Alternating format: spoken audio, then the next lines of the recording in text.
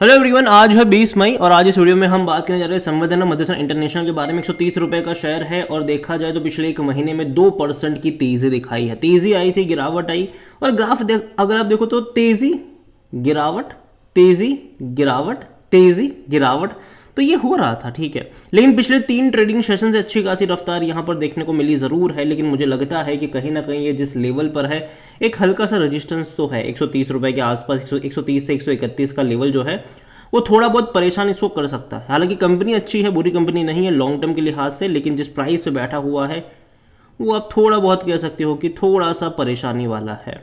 और जहां तक बात करें इस कंपनी के जो वन ऑफ द प्रमोटर्स है वो यहाँ पर एग्जिट की कतार में है।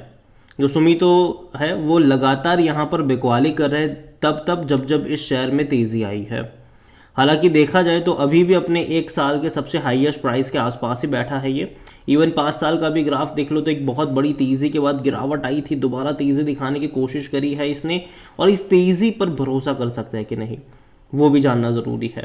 देखिए, कंपनी खराब नहीं है, कंपनी काफ़ी शानदार है, ऑटोमोबाइल सेक्टर की एक दिग्गज कंपनी है, ऑटो पार्ट्स एंड इक्विपमेंट बनाने वाली बड़ी कंपनी है। कई सारे बड़े प्लेयर्स जो है ऑटोमोबाइल के वो इनके क्लाइंट्स हैं, ठीक है। ऑटो एंसिलरीज वाली कंपनी है, इनके पार्ट्स जो है वो बड़ी बड़ी गाड़ियों में लगते हैं, और इनके क्लाइंट्स की लिस्ट में इंडिया ही नहीं, इंडिया के बाहर के भी बहुत बड़े दिग्गज जाइंट है।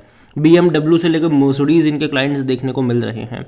इंडिया में भी टाटा से लेकर महिंद्रा इनके क्लाइंट्स है, और कंपनी सिर्फ इंडिया में ही नहीं, इंडिया बाहर के देशों में भी इनकी प्रेजेंस है, ठीक है। तो ये बड़ी कंपनी है, आप इसको छोटी कंपनी गलत मतलब समझे कि गलती मत करना। और यहाँ पर 130 रुपये आपको देखने में कम लग रहा होगा, लेकिन एक्चुअली में ये कई बार बोनस दे चुका है, इसी वजह से इसका प्राइस एडजस्टेड हुआ है। कंपनी का अगर हम वॉल्यूम देखेंगे तो सैटरडे का ये वॉल्यूम है तकरीबन 9.5 लाख के आसपास का। हालांकि बाजार सिर्फ कुछ घंटों के लिए खुला था तो वॉल्यूम कम है, जनरली ज़्यादा होते, इतने कम नहीं होते। और जहाँ तक नज़र करें इसका ऑल टाइम हाई तो 180 के करीब का है, और लो 13 पैसा, कभी नहीं गया है 13 पैसे पर, लेकिन ये जो बोनस वगैरह जो एडजस्ट हुआ है उसके चलते आपको 13 पैसा देखने को मिल रहा है। मार्केट कैप इसका 88,000 करोड़ का है, जो कि काफ़ी बड़ा है, और मुझे हैरानी नहीं होगी कि ये आने वाले टाइम में 1 लाख करोड़ भी क्रॉस कर लेगा। लेकिन उसके बीच मुझे लगता है कि थोड़ा बहुत करेक्शन दिखाएगा। जो 130-131 का लेवल है वो थोड़ा सा परेशान तो करना चाहिए इसको। और जहाँ तक बात करी जाए यहाँ पर, तो कंपनी को लेकर अगर हम डिविडेंड की बात करें तो देखिए, डिविडेंड तो डेफिनेटली अच्छा पे कर ही रहा है, 65 पैसा पर शेयर का पे करा था इसने पिछले साल। और जहाँ तक बात करें बोनस की, तो आप देखिए बोनस की जब बात आती है, विप्रो, इन्फोसिस, TCS की हम बात करते हैं, लेकिन ये वो कंपनी है जिसने कई बार बोनस दिया है, हर 2-3 साल में बोनस दे देता है ये, ठीक है। यहाँ पर देखो 2022 में पे करा था, फिर 18 में, फिर 17 में, 15 में, 13 में। मुझे हैरानी नहीं होगी कि इस साल या अगले साल ये बोनस के अनाउंसमेंट कर दे। देखो, शेयर में तेज़ी आएगी जैसे ही शेयर 150 से 120 150 से 200 की रेंज में होगा, ये बोनस अनाउंस कर देगा, फिर प्राइस एडजस्ट होगा। और स्प्लिट भी हुआ था ये, इन्हीं में से कंपनी भी बनी थी, यहाँ पर आपको पता हो तो। इससे पहले भी हाल फिलहाल में अगर आप देखो तो इसी में से मदरसन सुमी वायरिंग अलग हुई थी, और जिसके पास इस कंपनी के शेयर्स थे उसको उस कंपनी के भी शेयर्स मिल गए थे। हालांकि प्राइस उस हिसाब से एडजस्ट भी हुआ था। और जहाँ तक नतीजे के बारे में देखें तो रिजल्ट्स भी बहुत दिन में आने मतलब बहुत जल्द आने वाले हैं। 29 मई को इनके रिजल्ट्स है, आज 20 तारीख हुई है, 9 दिनों बाद इनके रिजल्ट्स है, और रिजल्ट के साथ साथ डिविडेंड भी पे करेगा। और जो पिछले साल 65 पैसे का पे किया था, मुझे लगता है कि शायद 70-75 पैसे के आसपास का डिविडेंड पे आउट कर सकता है, क्योंकि पैसा तो बना रहे हैं, क्यों पैसा तो कमा रहे हैं, अच्छा पैसा कमा रहे हैं। अगर आप इनका एनुअल परफॉर्मेंस देखोगे तो भैया बढ़ रहा है, ठीक है। 2023 में और 24 में और अच्छा है। प्रॉफिट अगर आप देखो तो अच्छा था, लेकिन अभी क्वार्टरली देखोगे तो भाई साहब बेहतरीन नंबर्स देखने को मिल रहे हैं, चाहे वो रेवेन्यू के हो, और वो लगातार बढ़ रहे हैं। और सबसे बड़ी बात ये कि कंपनी का जो रेवेन्यू है वो बढ़ने का एक बड़ा रीज़न ये भी था कि कंपनी इनके अपने नॉन ऑटोमोबाइल बिजनेस के ऊपर भी बड़ा फोकस किया है। यहाँ पर प्रॉफिट अगर आप देख रहे हो तो अच्छे थे। यहाँ पर कंपनी को लेकर अगर हम बात करने जाए तो 43 का पी है इसका, सेक्टर पी 38 का थोड़ा सा महंगा ज़रूर है, और यही लेवल है जहाँ पर से करेक्शन भी एक्सपेक्टेड रहेगा। और नतीजे के बाद भी एक प्रॉफिट टेकिंग डेफिनेटली देखने को मिलेगी। तो अभी जिस रेंज से बैठा है तो मुझे लगता है थोड़ा सा रेजिस्टेंस वाला लेवल है ये। हालांकि कंपनी अच्छी है, लॉन्ग टर्म में मुझे कोई दिक्कत नहीं लगती है। यहाँ पर करेक्शन अगर बनते हैं 10-12% के तो डेफिनेटली खरीदारी के मौके बनेंगे। और दूसरी बात ये भी है कि प्रमोटर जो है जो वन ऑफ द प्रमोटर है जैपनीज़ कंपनी जो जो जो सुमीतो है, वो कहीं ना कहीं बीच बीच में आएंगे प्रॉफिट टेकिंग करने के लिए। 95% एनालिस्ट कहते हैं खरीदारी करो। फिनेंशियल्स भी इनके काफ़ी अच्छे रहे, कोई दिक्कत मुझे यहाँ पर लगी नहीं है। अच्छे खासे प्रॉफिट, अभी 540 करोड़ का प्रॉफिट था दिसंबर में, और 25,000 करोड़ के आसपास का रेवेन्यू था, जो कि लगातार बढ़ रहा है, ये अच्छी बात है। हालांकि सितंबर में काफ़ी ख़राब नंबर आए थे कि रेवेन्यू बढ़ गया लेकिन प्रॉफिट नहीं बढ़ा था इनका। देखिए कंपनी जो है, मेरे हिसाब से रेवेन्यू इनके लगातार बढ़ेंगे ही बढ़ेंगे।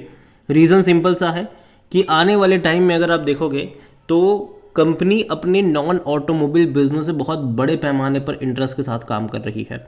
एरोस्पेस में भी कंपनी है, लॉजिस्टिक में भी कंपनी जा रही है। तो कहीं ना कहीं कुछ छोटे मोटे एक्विजिशन करने के बाद वहाँ पर अपनी कैपेसिटी को बहुत बड़े पैमाने पर उन्होंने बढ़ाया है। तो मैं उम्मीद कर रहा हूँ कि वहाँ से एक जो बड़ा रेवेन्यू जनरेशन है वो देखने को मिलेगा, और धीरे धीरे वहाँ से एक अच्छा प्रॉफिट भी आपको देखने को मिल सकता है।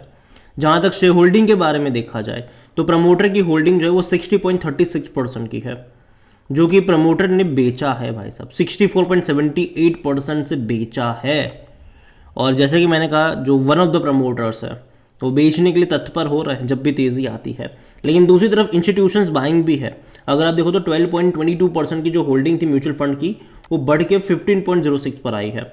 डोमेस्टिक की 3.12% की होल्डिंग भी बढ़ के 3.22 पर आई है। एफआईएल्स की भी होल्डिंग अगर आप देखो तो 10.77% से बढ़कर 12.44% पर आई है। तो ऐसा नहीं है कि प्रमोटर ने बेचा है तो भैया रिटेल ने खरीदा है, इंस्टीट्यूशनल बाइंग आई है बड़े पैमाने पर। उल्टा रिटेल ने तो बेचा है यहाँ पर। अगर आप देखोगे तो 9.10% की जो होल्डिंग थी दिसंबर में रिटेल और अदर्स की, वो घट के 8.92 पर आई है। तो प्रमोटर ने बिकवाली करी है, रिटेल और अदर की तरफ से बिकवाली आई है, और इंस्टीट्यूशनल्स की तरफ से बाइंग इंटरेस्ट जनरेट हुआ है यहाँ पर, जो कि अच्छा साइन है। वो बुरा साइन नहीं है कि जो भैया प्रमोटर बेच रहे थे, तो बुरा साइन नहीं था वो। हालांकि आगे भी प्रमोटर और क्वांटिटी बेचने वाले हैं, प्लान तो है उनका, ठीक है। तो यहाँ पर मैं अभी इतना ही कहूँगा कि देखो, नज़रिया लॉन्ग टर्म का है तो दिक्कत मुझे लगती नहीं है। हालांकि बीच बीच में करेक्शन बनेंगे ज़रूर। स्पेसिफिकली 130 रुपये का लेवल मुझे लगता है कि थोड़ा सा जो रेजिस्टेंस वाला लेवल है, और नतीजे भी इसके आने वाले हैं 9 दिनों बाद, और नतीजे से पहले अगर थोड़ा बहुत ऊपर भी जाएगा तो बाद में रिजल्ट्स के बाद यहाँ पर डिक्लाइन एक्सपेक्टेड रहेगा, और अच्छे नतीजे के बाद भी एक प्रॉफिट टेकिंग देखने को मिलती है। एक दो दिन की तेज़ी आती है, अगर रिजल्ट अच्छे आते हैं तो एक दो दिन की तेज़ी होती है, फिर प्रॉफिट टेकिंग भी आ जाती है। तो वहाँ पर भी मैं कुछ ऐसा ही एज्यूम कर रहा हूँ, एक्सपेक्ट कर रहा हूँ इस कंपनी से। और जहाँ तक खरीदारी को लेकर है, मुझे यहाँ पर जो अच्छा रेंज लगता है वो 110-115 रुपये का है। अगेन ये मेरा पर्सनल ओपिनियन है, कोई भी इन्वेस्टमेंट एडवाइस नहीं है ये। और अगर आप चाहते हैं कि मैं मदरसन सुमी वायरिंग के ऊपर भी एक डिटेल वीडियो बनाऊं तो कमेंट में इसका भी नाम लिखिएगा। जितनी ज़्यादा कमेंट आएगी उतना ही जल्दी वीडियो आएगा। वीडियो को यहीं पे एंड करता हूं। पसंद आए हो तो लाइक करो, शेयर करें। चैनल पर अगर पहली बार हैं तो प्लीज़ सब्सक्राइब करें। और संवर्धनम मदरसन इंटरनेशनल के बारे में भी आप क्या सोचते हैं वो भी आप मुझे कमेंट में लिख के बता सकते हैं। Thank you.